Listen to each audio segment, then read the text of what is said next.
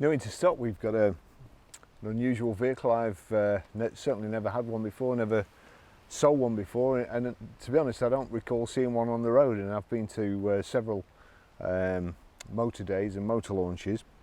Anyway, it's a Ford EcoSport.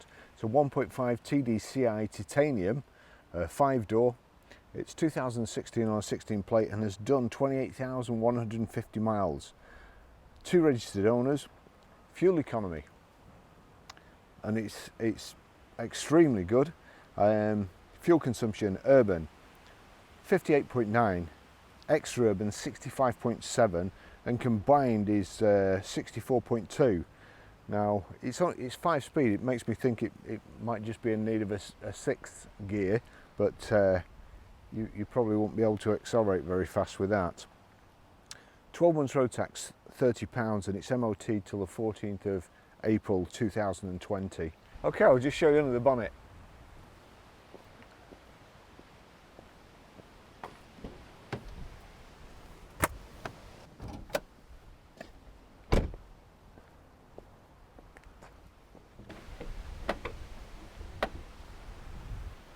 There you go. It's like new underneath there. Lance has cleaned it, but it's really clean, beautiful in fact.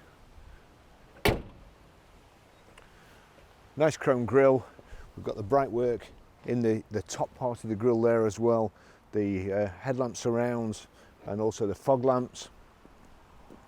It's a really nice clean car. We've just had the wheels refurbed there. So they're like brand new as well.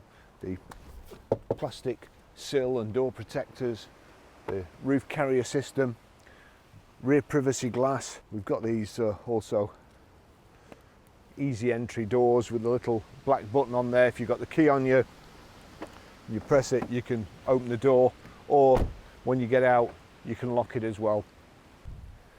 So when it first came in, look, trying to get in the back here, looked all the usual places. Sometimes it's the badge that you click and press like on VWs. Couldn't find anything under here.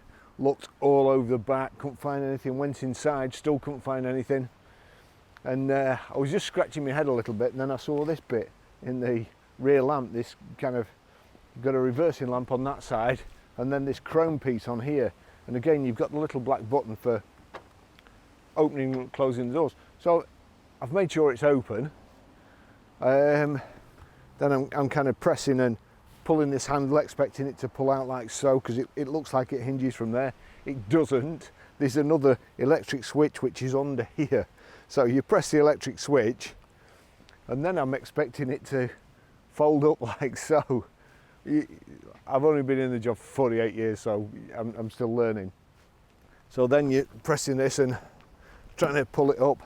Anyhow, let's just unlock it, click the button, and then it folds out like so, which is it's a good enough idea. Or that's where I put my phone. So rear load cover, not a fantastic amount of luggage space, but enough. Again, I've got all my camera equipment in there, me barber jackets, ordinary jacket which I'll just straighten out, and tripod and so on. So there's enough room, and if you're going to be buying a fairly small car like this, it's probably just a run around for the shopping. There's plenty of room for that, and if there's not, you can always put the back seats down. I think let me just see, yeah, 60-40 split in there. And again, we've got rear wash white, privacy glass, the kind of 4-wheel drive, again, scuttle plate there. And we've also got reversing sensors in the back there. It's a real well-spec'd little car, to be honest. It's got everything you would expect in a big car. I'll just show you in the back.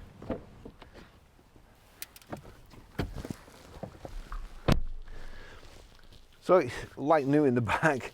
The floor and the carpets were like new until I just got in with my muddy feet. But it's there's plenty of headroom here, absolutely loads. I'm sat there. I've got my seat more forward than I normally would, but the good thing with these is, because they're higher up and because the seat's higher up, you've got more legroom going down, not lengthways, but going down.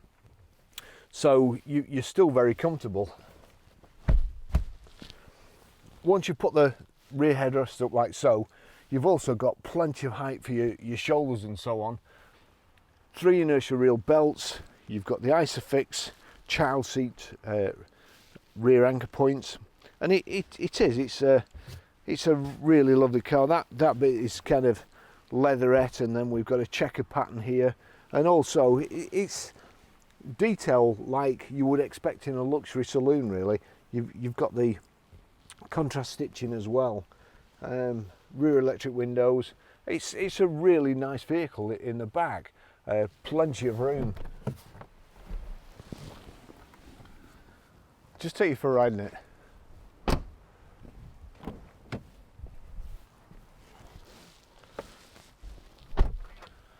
So it's keyless entry, keyless ignition as well, so as long as you've got these keys in your pocket, you can open the door, you can lock it, and you can also, once you've put your foot on the clutch there, you can start the vehicle.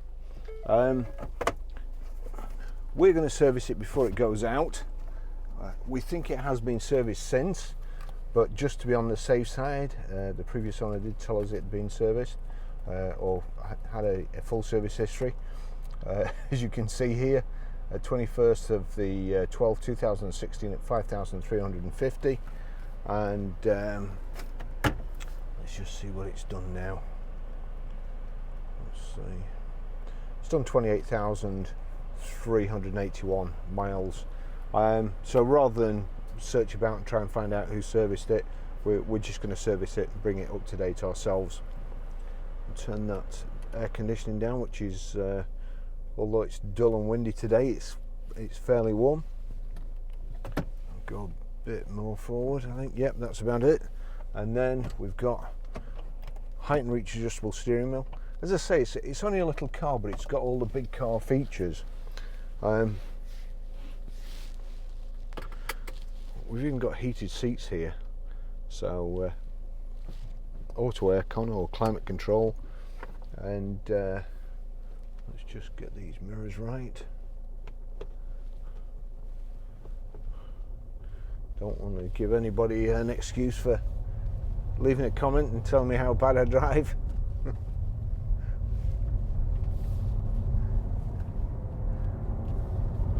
Great cars, Fords. I started off my life selling Opels, which were fantastic, and then we got Vauxhalls thrust upon us, which weren't fantastic. Sadly, they were okay once Opel had taken them under the wing, but at first we had great little cars like the Opel Kadett, and the first car we were getting was a Vauxhall Chevette, or a Shove-It, as we used to call it. But even then, back in the early days, before Vauxhall got their act together, I always wanted to really sell Fords, because we used to take Fords in part exchange, and I used to think to myself, why have they swapped? I must be a really good salesman. And that wasn't the case, because I'm not a really good salesman. But some people just want to change, but the gearboxes have always been fantastic on Fords. They really are tremendous, and I've always liked Fords. Well, we took a Granada 2.8 gear IX in once, and that was awesome. It was one of the first cars we got with air conditioning in, and this lovely 6-cylinder engine. I used to go all the errands in that. It was fantastic. Anyway, back to this, sorry. So, really good specification car. It's got Bluetooth hands-free. It's also got Bluetooth audio streaming. I'll show you how to do that later. And how to pair your mobile, how to delete one, and how to stream audio. It's really, really simple. Great system. 5-speed gearbox. As I said before, I have used a couple of these little vehicles with a 6-speed gearbox, and 6-speed, it's got long legs. It's an overdrive, and you put your foot down and nothing just nothing seems to happen until you change down. So probably the 5-speed box is just perfect. The fuel economy just between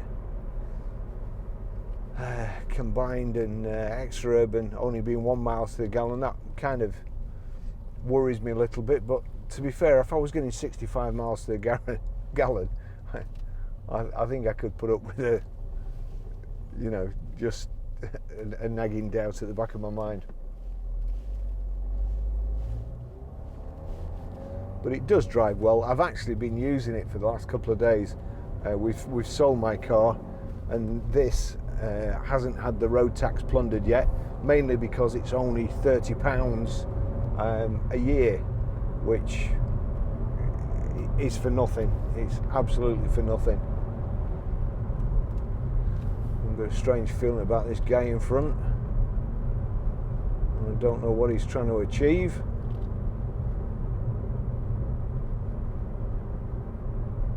I don't know, he's just going to like hang a left at the last second, whether he's trying to slot in or...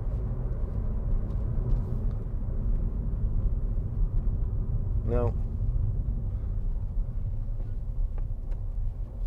We'll see where he ends up going around the roundabout anyway.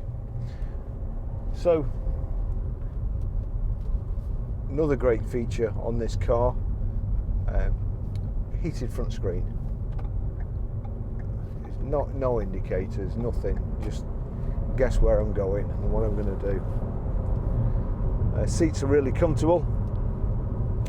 This checkered pattern, kind of cotton stroke velour in the centre. It looks a bit like some of the Alcantara stitching you see in the really expensive cars. So that sort of design, and then it's got this leatherette around the cloth. It's very comfortable. To be honest, I'd rather have, as I said on many occasions, I like the look. I prefer the look of leather seats. I prefer to sit on Alcantara or cloth than leather, and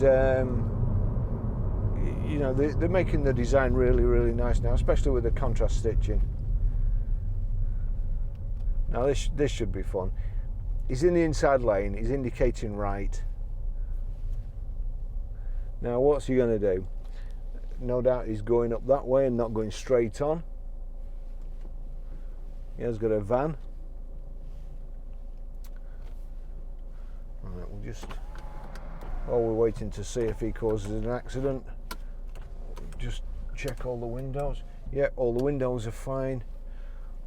We've got on the steering column here, sorry, on the steering wheel, here we've got cruise control. I almost want to follow him to see what he's going to do. Yep, he's pulled into the other lane. So he's just undertook 3 or 4 cars, knowing full well what he was going to do. Oh well. Just down here we've got USB and auxiliary, and we've got they obviously think these Ford EcoSport drivers are very thirsty people. We've got 2 cup holders in the front there that will hold either a flask or a 20-ounce Starbucks, a venti latte, or even Big Bertha. Will also hold 2 more here, however not with the front centre armrest down. And then there's another one here, so it'll hold 3 there, 2 there, and then in the back on either side of the rear seat is space for another one. So everybody can carry at least 1 drink, and some even 2. Now this is where I always want to change into 6 gear, but we're doing 2,500 revs.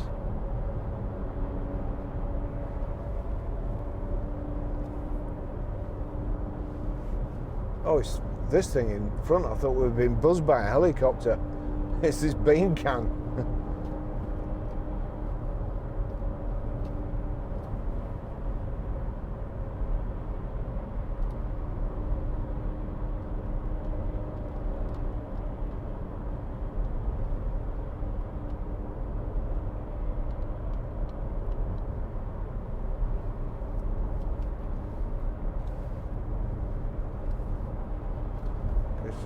The smell of oil, A-registered.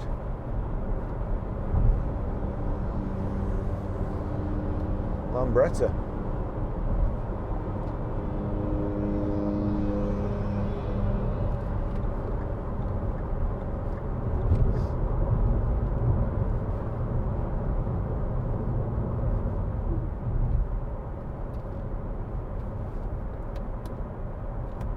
Check the wipers.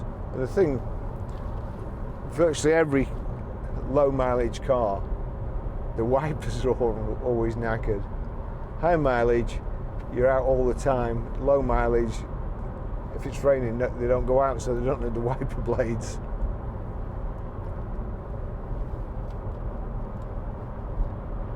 So the on switch for the cruise control's in the centre, and then we can set it either like so, and reduce speed like so. So cruise is working there. G registered, so what was that? What would that be?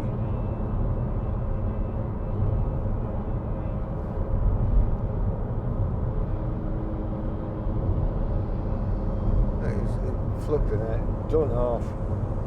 I mean, they're beautiful things, but they need to be in the on the Amalfi Coast, not here. So anyway, on in the centre, and you can set with the plus or minus, and you can increase your speed, reduce, knock it off, or even cancel or resume here on the right hand side. Nice car to drive. A little bit, probably bouncy is not the word. It's only got a little short wheelbase, and it's high up, so you feel the bumps a little bit more. When they're coming at you fast, when they're coming at you slow and you're going over uneven ground, then you've got more ground clearance. So, and they're damn sight easier to get in. I did struggle to get out before from the back seat. Here we go. We got a clear run. It's only not a sports car, so here. Look at that going around the corner here. Beautiful.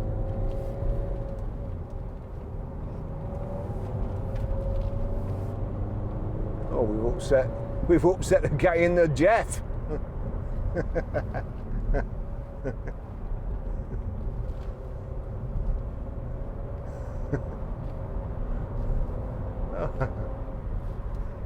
I don't know, some people he's just been out accelerated and manoeuvred by a little Ford EcoSport. It's obviously oh dear mate. He was that annoyed he forgot to indicate when he pulled out.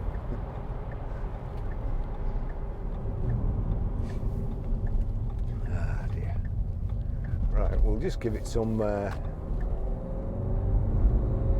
side to side, make sure everything's all right on the suspension.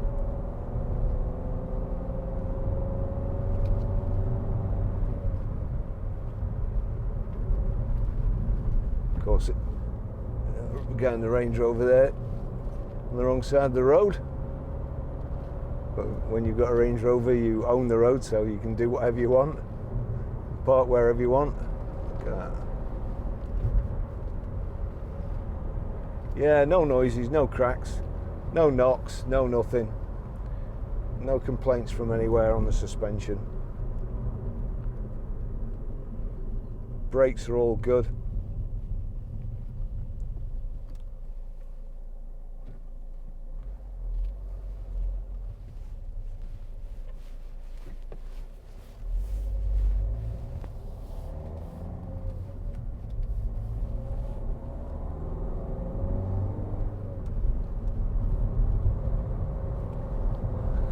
I'll pretty much finish the test drive there.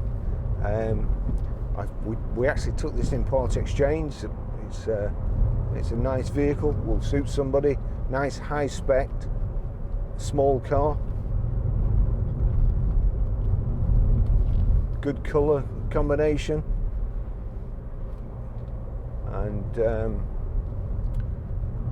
we're behind a Ford Fiesta now. It's only doing 40 miles an hour. So I'll finish the test drive. Remind you to, if you've got any benefit from the videos, please like and subscribe. It does mean a lot and it helps us with rankings and so on. Check out our web store. There's all sorts of stuff for motorists. We've just got, well, we've got a nice t-shirt company as well. Got some of the old style t-shirts, film t-shirts and so on. And we've also got Road Angel dash cams.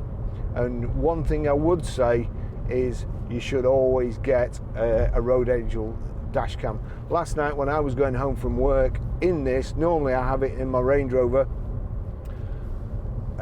a taxi, one of these like van-sized taxis, came through the traffic lights on the right. Mine was on green, had been on green for ages. He came through on red, nearly T-boned me, and he actually had a child in a child seat in the passenger seat. Now, what a taxi is doing with a child in a child seat in the passenger seat, I'll never know, but the